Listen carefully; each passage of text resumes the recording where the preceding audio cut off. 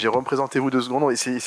Comprendre un peu la taille des équipes que vous gérez, un peu la maturité de l'entreprise, pour pouvoir après derrière introduire les questions d'IA plus précisément. Avec plaisir.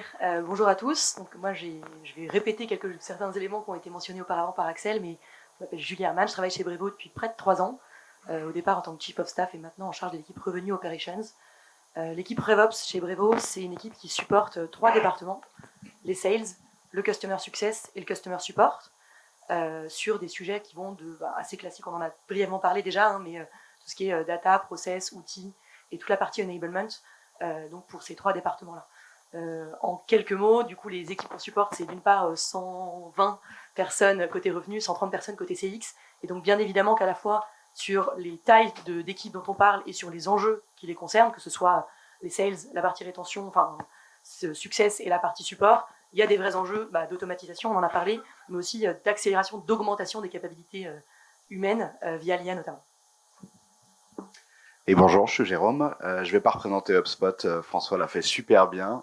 Moi, je suis sales manager, donc je m'occupe d'une équipe de commerciaux qui vont adresser le marché small business. Chez nous, c'est toutes les PME, TPE, start-up. Donc, il y a forte chance que si vous contactez HubSpot, vous ayez des gens de mon équipe face à vous.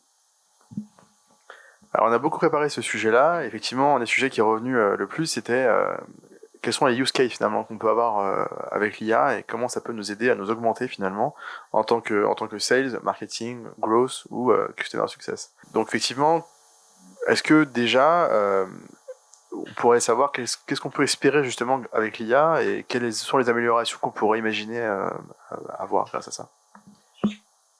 Je prends Jérôme, vas-y. Le premier point, moi je pense, c'est vraiment une notion de temps. Je reviens un peu sur ce que disait, je crois que c'est François Pennyline qui parlait justement du fait que l'argent n'est plus gratuit aujourd'hui et qu'on n'est plus injecté de cash de la part des fonds. Et en fait, l'IA va nous permettre d'avoir des organisations un peu plus lean, donc avec moins de personnes. Et donc, je pense que le gros point de gain, c'est le gain de temps, de nous permettre de faire plus de choses avec autant de ressources.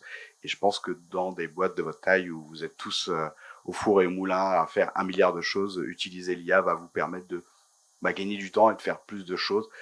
Et encore une fois, ça va pas tout faire à votre place, mais ça va faire une grosse partie du travail. Tu parlais de 2 heures en moyenne par jour, c'est ça? Ouais, en fait, on a fait une étude chez HubSpot qui est le State of AI. Une équipe marketing qui utilise l'IA, elle gagne en moyenne 12,5 heures par semaine. Un commercial qui utilise l'IA, il gagne en moyenne 2 heures par jour, que ce soit, si on prend le job du commercial, c'est préparer son game, son jeu, le moment où il va être avec le client, pendant le moment où il est avec le client et après le moment où il est avec le client, qu'est-ce qu'il fait. Et donc, c'est dans tous ces endroits-là où le commercial va pouvoir gagner du temps à préparer, à être plus rapide post-rendez-vous, à être plus concentré sur le rendez-vous, pour pouvoir justement mettre de la valeur là où il en a. C'est la relation humaine, comprendre l'enjeu de son client, comprendre si on peut y répondre ou pas. Et j'ajouterais peut-être que ce gain de temps, il est bien évidemment tout au long du funnel, donc il se poursuit aussi après sur les enjeux de succès et de support. Alors nous, on a fait plutôt des études dans un premier temps sur les enjeux support, en tout cas dans mon équipe, et effectivement, c'est des tâches très basiques, répétitives, qui n'ont pas de valeur ajoutée, qui peuvent être automatisées et faire gagner 1 ou 2 ou 3 clics par ticket, par agent, par jour, si je parle du support, ou par client par semaine. Et en fait, mine de rien, tout combiné, effectivement, on est sur des gains de temps de quelques heures par jour, qui derrière, à l'échelle d'une semaine, d'un mois et d'une année, sont assez considérables.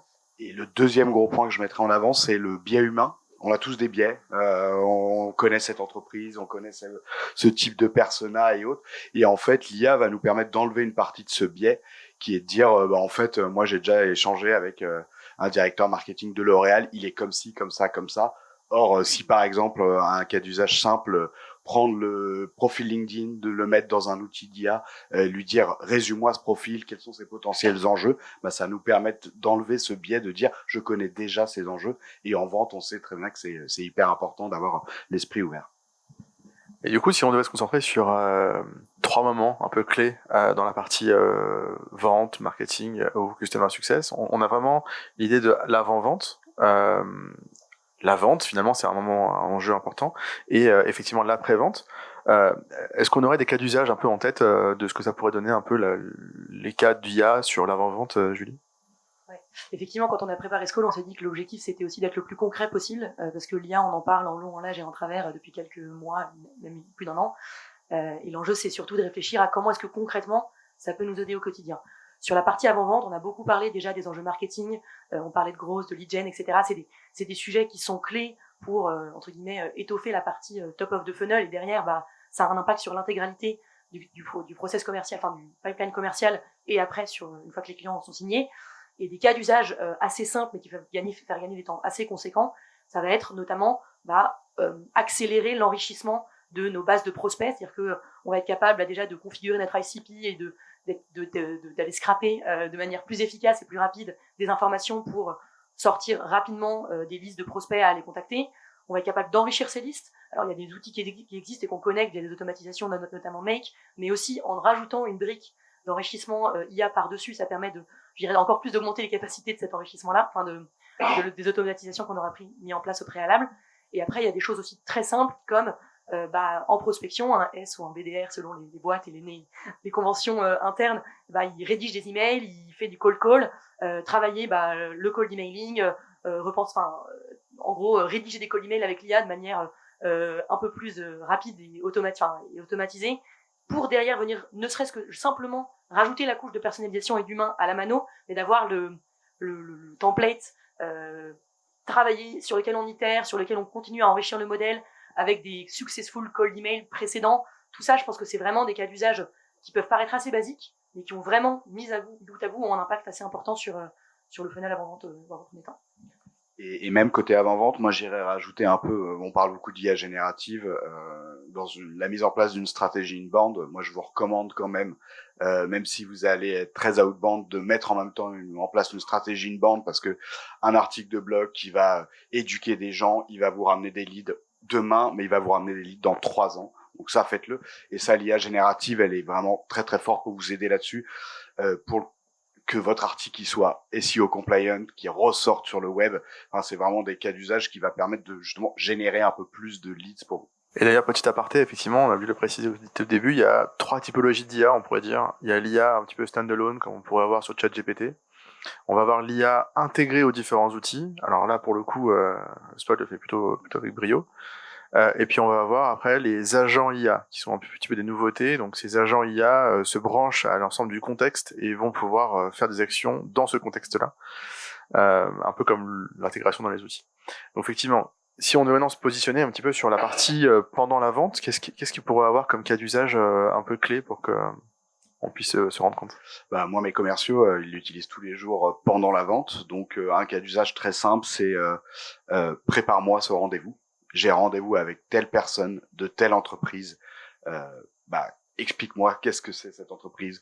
Va me chercher sur le web toutes les données qu'ils peuvent avoir. Et donc, ça leur permet, au lieu de le faire par eux-mêmes, d'avoir la donnée qui revient, et donc de se concentrer sur l'analyse de cette donnée plutôt que d'aller la chercher. Ça, c'est un cas assez concret. On a beaucoup parlé de Gong, Mojo, Firefly, plein d'outils qui vont enregistrer un échange qu'on va avoir en visio. Tous ces outils ont de l'IA pour pouvoir résumer le call en un clic une fois qu'on a fait. Donc en fait, le commercial, il est pas concentré à prendre des notes, il est concentré à écouter réellement la personne avec qui il est en face, parce qu'il sait que de toute façon, les notes, elles sont prises. Et si on continue sur après ce rendez-vous-là, en un clic, on est capable aujourd'hui avec l'IA de pouvoir générer un email de follow-up qui va reprendre l'intégralité de ce qui s'est dit pendant le rendez-vous, les prochaines étapes, ce qui manque. Si on n'a pas positionné le rendez-vous, de positionner un agenda avec des dates potentielles. Donc c'est vraiment au moment de la vente, moi je dirais que il va aider à préparer, à être plus concentré sur le jeu, sur la vente, sur la relation avec la personne, et être plus rapide après. Et ça, nous aussi, on a fait des études où on sait que plus on fait un follow-up rapide, plus on met des dates d'échange rapides avec le prospect, plus nos taux de conversion, le win rate dont on parlait tout à l'heure, augmente. Et donc, c'est hyper important que un commercial n'ait pas 24 heures à mettre à travailler pour envoyer un email de follow-up avec les prochaines étapes, où est-ce qu'on en est. Donc, je pense que pendant la vente, c'est un vrai outil, un petit assistant qu'on aurait à côté de nous. Tu parlais des agents, les agents, je le verrais plus comme un stagiaire qui va faire des actions à notre place. Là, le copilote va plutôt être l'assistant, mais pendant la vente, va vraiment beaucoup nous aider. si je peux juste rajouter par rapport à ce que tu as dit, il y a deux choses, je pense, qui sont intéressantes. C'est sur la préparation du call, tu mentionnais récupérer des données publiques. Ce qu'on peut aussi faire, l'avantage de l'IA, c'est que tu peux croiser des sources de données, donc tu peux avoir à la fois des données publiques qui vont récupérer des données de website, de LinkedIn, de plein de choses, mais aussi des données privées en propre. Ton CRM, voilà, par exemple. De ton CRM, où nous, on a pas mal de clients qu'on appelle de l'upgrade, qui viennent déjà de notre base client self-service existante. Ça, c'est des informations qu'on peut centraliser et mettre à disposition de l'account exécutif, qui n'a pas à lui aller chercher dans toutes les sources pour préparer son call. Donc là, il y a vraiment un gain de temps essentiel. Et sur le deuxième point que tu mentionnais, les calls transcripts, effectivement, il y a des outils, on a parlé de Gong, Mojo qui le font très bien. Si on va un step plus loin, moi, mon objectif en tant qu'ops, c'est aussi de casser les silos entre les équipes. Ce qui est vachement bien avec l'IA, c'est que on a des templates, on a des méthodologies de récapitulatif des transcripts, la méthodologie SPICE, MEDDIC à l'échelle carte exécutive, tout ça c'est des méthodos assez connus. En fait aujourd'hui c'est des choses qui jusqu'à maintenant étaient remplies à la main, donc le SDR ou l'AE il allait après son call compléter la section situation, la section tout comme ça, alors que maintenant avec un prompt, un exemple et un peu d'intelligence et d'itération, tu peux générer ça de manière complètement automatisée et gagner un temps fou aussi pour faciliter le handover aux différentes étapes du funnel commercial. Et du coup, si tu avais quelques cas d'usage sur la partie après la vente, justement, enchaîné justement, voilà, ça m'a fait évoquer cette question. Le handover entre le account exécutif et le CSM, il est encore plus essentiel, parce qu'en fait, c'est aussi s'assurer que le client, il arrive entre de bonnes mains, qu'on a le contexte de toute la discussion commerciale, on est au courant de ses enjeux, et donc ça passe bien évidemment par un alignement entre le account exécutif et le CSM humain, mais assisté d'un résumé de tout ce qui s'est dit jusqu'à maintenant, de toutes les étapes par lesquelles est passé le prospect jusqu'à devenir client. Et ça, c'est vraiment essentiel. Ça, c'est un premier cas d'usage. Et après, si on poursuit, il y en a plein d'autres. Globalement, nous, quelque chose qu'on explore pas mal aujourd'hui, c'est toutes les initiatives de cross-sell. Comme l'a mentionné Axel, on a beaucoup de plateformes, on a des canaux en parallèle chez Brevo. Et aujourd'hui, on a des clients qui utilisent 2, 3, 4 canaux sur lesquels on sait qu'il y a un potentiel d'aller plus loin. Et c'est notre vision all-in-one. C'est là-dessus qu'on cherche vachement à insister dans nos discours commerciaux.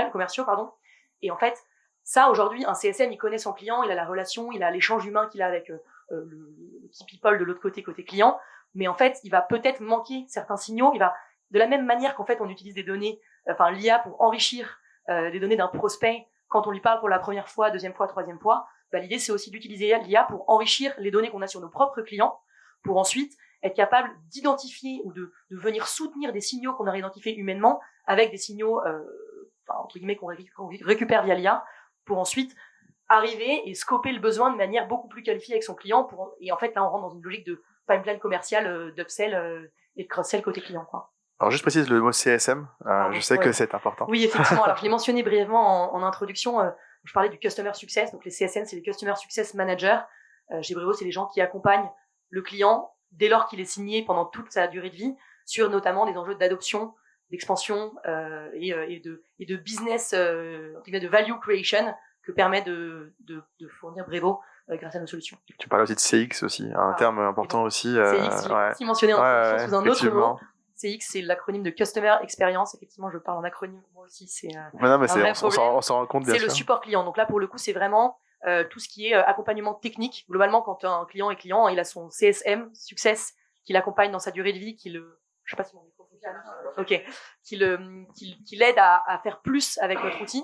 Mais dès lors qu'il y a un problème dans l'outil, un truc qui bug, un bug technique, quelque chose que le client n'arrive pas à faire, là, ça passe sur un enjeu de support client. Donc, c'est vraiment, j'ai un problème technique, j'ai besoin de quelqu'un pour le résoudre. Et on a des experts techniques qui vont intervenir ponctuellement quand il y a un besoin. Donc, c'est vraiment, en termes d'inscription dans la durée, c'est une équipe qui collabore, c'est deux équipes qui collaborent énormément entre elles. Et c'est un des enjeux de l'équipe Ops aussi, c'est de faciliter les interactions entre ces deux équipes-là. Mais elles sont toutes les deux aussi clés, puisqu'il y en a une qui est vraiment sur la value creation et l'autre qui va être, un problème à un instant T technique dans une période ultra clé, Black Friday ou autre, ça peut être game changer pour le business. Donc c'est essentiel d'être aussi très réactif à ce niveau-là. Et les cas d'usage post-vente, ils sont hyper importants et hyper dès aujourd'hui on peut l'utiliser. Je veux dire, on est en 2024, plus personne n'a envie d'appeler un standard, avoir 4 minutes à attendre avant de parler à quelqu'un. La majorité des questions qui sont posées par les gens, notamment sur le support, sont des choses qui sont des questions récurrentes sur lesquelles on peut connecter une base de connaissances, une foire aux questions, et sur lequel l'IA va pouvoir répondre en direct par un chat par exemple ou par par email ou autre, sur quel est le besoin, quelle est la réponse à ça, et sur lequel l'équipe support va pouvoir aller justement sur des questions à plus haute valeur ajoutée, plus complexes, et avoir le fait de connecter une base de connaissances, de réponses avec des vidéos et autres à un chat IA. C'est vraiment un cas d'usage que vous pouvez avoir aujourd'hui et qui, dans le cadre de vos sociétés, où encore une fois on est 5, 10, peut-être certains sont 20, ou Ringover un peu plus, mais ça permet justement de pouvoir mettre une très bonne customer experience, même à 5, même à 10, et que ce soit pas le CEO qui réponde au support parce qu'il y a quelqu'un à 22h qui a fait un message. Ça arrive, je l'ai vécu. J'ai répondu à des messages comme ça dans une startup, mais il y a des vrais cas d'usage après-vente, mais qui demandent donc de construire toute cette notion de base de connaissances, de réponse à ça. Et encore une fois, de base de connaissances qui peut être multiple et dynamique grâce à notamment aux solutions d'IA. Ouais. Alors du coup, je vous mettrai du temps un petit peu. Ça va partir à midi pile. Quels seraient du coup pour vous un petit peu les do et don'ts, et après on passera pour quelques questions un petit peu flash et claires. Alors les do, je dirais commencer tôt, ou le don't, ne commencer pas trop tard. Sous-entendu, on a souvent, en fait, les solutions d'IA, comme je le disais, hein, ce qui est important à avoir en tête, c'est que ça va du plus basique au plus complexe, et on peut commencer par des agents hyper simples qui vont formater un transcript de call selon les bonnes catégories, avec 3 définitions dans le prompt. Ça prend, je pense, 3 minutes à configurer, et derrière, ça fait gagner un temps fou. Et ça, c'est applicable même quand vous êtes seul à faire en tant qu'entrepreneur, à faire toute la partie vente, avant-vente, après-vente, pendant. Ça, je pense que c'est vraiment essentiel. C'est la question que j'ai tout le temps. Quel est le meilleur outil de prise de notes et de prise de call bon, j'ai des réponses, mais... En 12, je dirais, prenez 3 cas d'usage et utilisez-les sur ce que fait bien l'IA aujourd'hui. Dans 6 mois, on verra ce que ça fera bien. Ça a tellement évolué en un an que... Mais les 3 cas d'usage, aller chercher de l'information, la concaténer de différentes sources, en faire un résumé, ça c'est quelque chose que ça fait bien. Créer du texte, c'est des choses qui font bien. En don'ts, je dirais, ne pensez pas que ça va faire 100% du taf.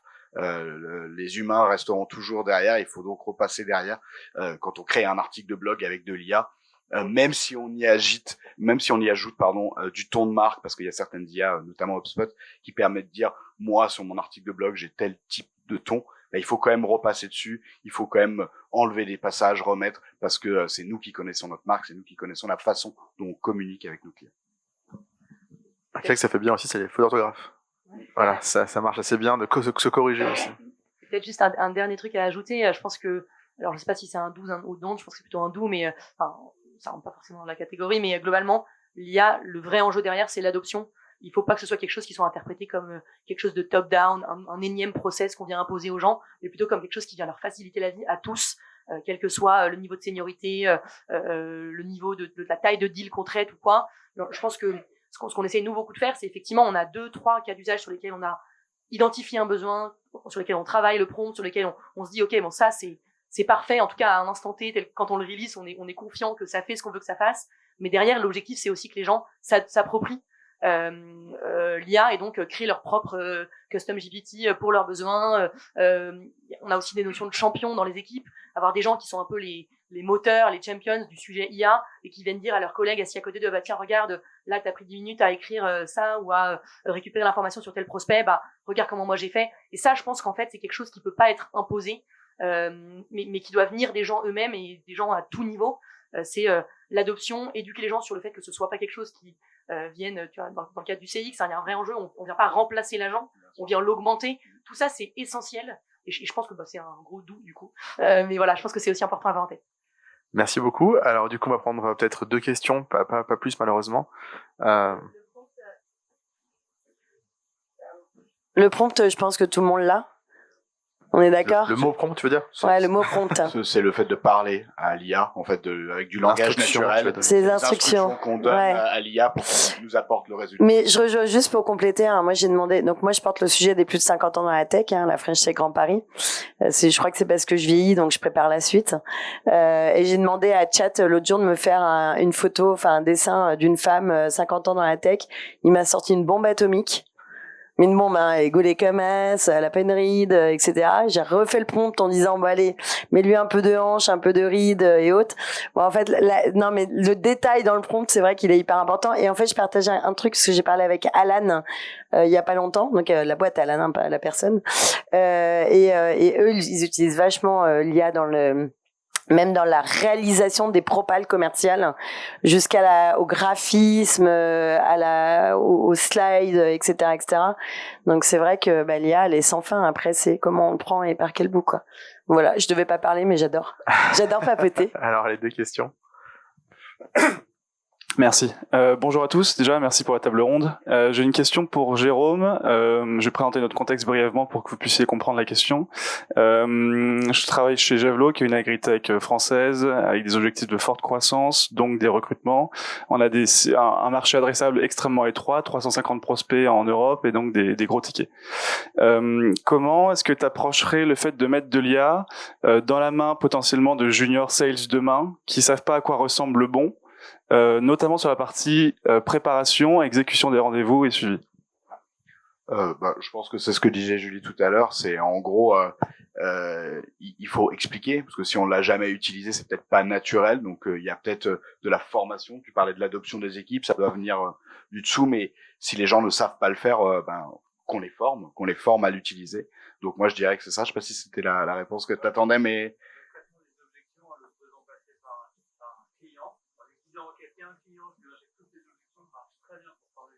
ouais, ok, super, je la connaissais pas, ce cas d'usage, il est top.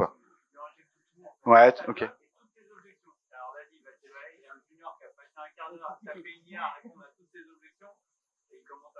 Et du coup, tu envoies ça, l'IA te fait une série de questions, et le junior, il est... Super. Les jeux de rôle, ouais.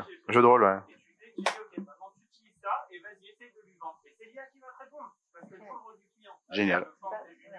Ça, c'est pas formé à l'IA, c'est formé par l'IA. Ouais. Oui, non, bien sûr. Et ça permet d'utiliser ensuite. Et tu vas me dire, si je sais pas le faire moi-même, il y a un moment, mets les mains dans le cambouis, vas-y, trompe-toi, regarde, teste, et tu verras, c'est pas si compliqué que ça. Il y a pas besoin de savoir coder. Il faut juste apprendre à lui parler de manière correctement. Ouais. Ça, c'est vraiment de plus en plus simple. Donc, voilà, je pense que c'est, vas-y.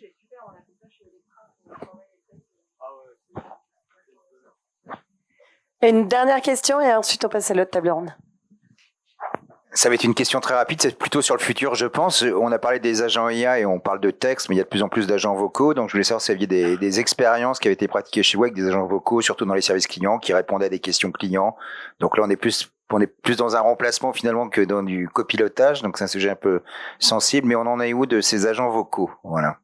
Alors, c'est une très bonne question. Je pense qu'effectivement, on mentionnait qu'il y a différentes typologies d'IA. Là, on parle de l'automatisation, notamment de tickets support simples. Nous, on a ce qu'on appelle les one-touch tickets, qui sont les tickets où il y a juste une réponse de l'agent, c'est très straightforward, ou ceux où il y a peu d'interactions, où les questions sont relativement simples, c'est ceux-là sur lesquels on va chercher à agir. Et effectivement, il y a deux canaux, il y a le canal de l'écrit, donc soit de l'email, soit du bot, et il y a le canal de l'oral.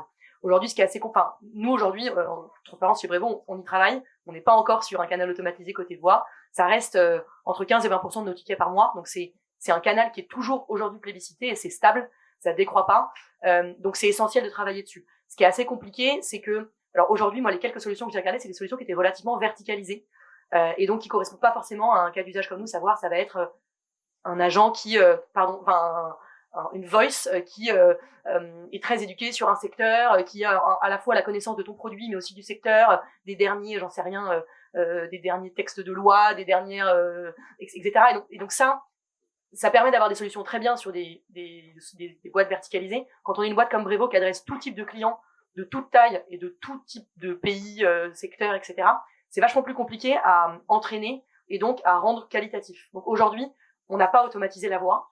On y travaille parce que je pense qu'il y a des choses qui sont largement faisables. Alors, je pense que c'est pas quelque chose qu'on fera sur tous nos clients. Typiquement, les clients enterprise, s'ils nous appellent, des gros clients, il y a beaucoup trop qui est at stake pour qu'on prenne le risque qu'ils parlent à une voix automatisée. En revanche, des plus petits clients, on va avoir des clients gratuits. Alors aujourd'hui, les clients gratuits n'ont pas accès au canal de la voix, justement pour des raisons de bandwidth, de capacité d'absorption des agents. Mais peut-être que demain, on ouvrira ce canal-là aux clients gratuits parce qu'on arrivera à automatiser. Donc il y a vraiment des enjeux de capacity planning, d'allocation des agents et de s'assurer qu'il y a une forme de qualité minimale avant d'automatiser les calls. Je pense que c'est beaucoup plus important sur les calls que sur l'écrit, parce qu'à l'écrit, on a l'habitude, en fait, déjà aujourd'hui, d'avoir des chatbots qui nous répondent. Les chatbots, ça existe depuis des années. Le truc basique un arbre décisionnaire qui nous repousse des articles, etc. Ça, on a l'habitude, et donc, au bout d'un moment, on n'est pas content, on dit je veux parler à quelqu'un, et on parle à quelqu'un. Au téléphone, c'est très différent parce qu'on attend, quoi. Donc, c'est beaucoup plus compliqué, je pense. En tout cas. Moi, ma réponse, ça arrive. Ça va arriver vite. Il y a déjà je suis d'accord avec toi aujourd'hui, ils sont entraînés sur les cas d'usage. Il y a déjà des startups françaises qui bossent là-dessus. Je pense à Volubile.ai de Stéphanie Delest qui bosse dessus. Voilà, ça arrive. Ça sera pas que les Américains, ça sera nous aussi. Donc voilà. Et j'ajoute peut-être un dernier truc aussi, c'est que nous chez Brevo, on a un support qui est en 6 langues. Et donc ça aussi, c'est la complexité, c'est qu'il y a des IA qui sont très bonnes en anglais, très bonnes en français. Et dès lors qu'on passe sur d'autres langues, c'est aussi plus compliqué. Donc c'est une autre subtilité à ajouter au tableau. Merci Jérôme qui doit partir du coup.